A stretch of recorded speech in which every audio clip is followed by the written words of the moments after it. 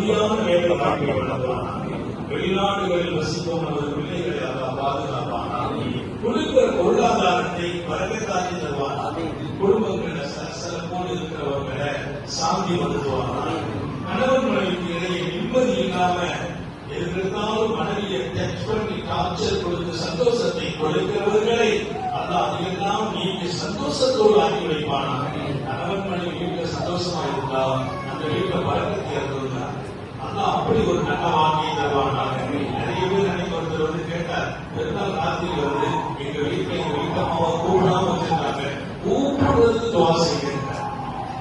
நான் கேட்டேன், யாருப்பா கொஞ்ச நேரம் எதுக்கு கூப்பிடுறோம், வர வேண்டியதானே? இல்ல இல்ல இல்ல, வரக்கூடாதுன்னு சொல்லி வச்சிருக்கு. என்ன வாழ்க்கை, எங்கே வாழ்ந்துறோம்?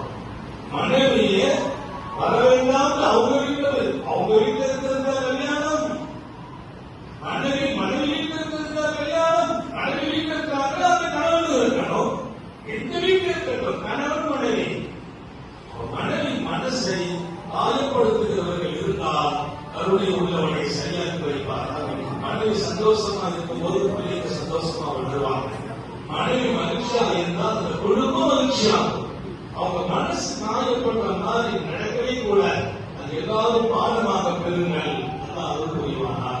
நீண்ட நெடிய நாட்கள் நோய் நொடிகள் இல்லாமல் உடல் ஆரோக்கியத்தோடு மனநிறைவோடு இன்பத்தோடு அல்லாஹ்வை விட்டு வணங்கி வழிபட்டு வாழும் சிவையும் பாக்கியத்தையும் எல்லாம் அல்லாஹ் உங்களுக்கு எனக்கும் நம்மை ஈன்றெடுத்த தாய் தந்தையர்களுக்கும் நமது மனைவி மக்கள் உற்றார் உறவினர் யாவருக்கும் கொடுத்தவர் புரிவானாக.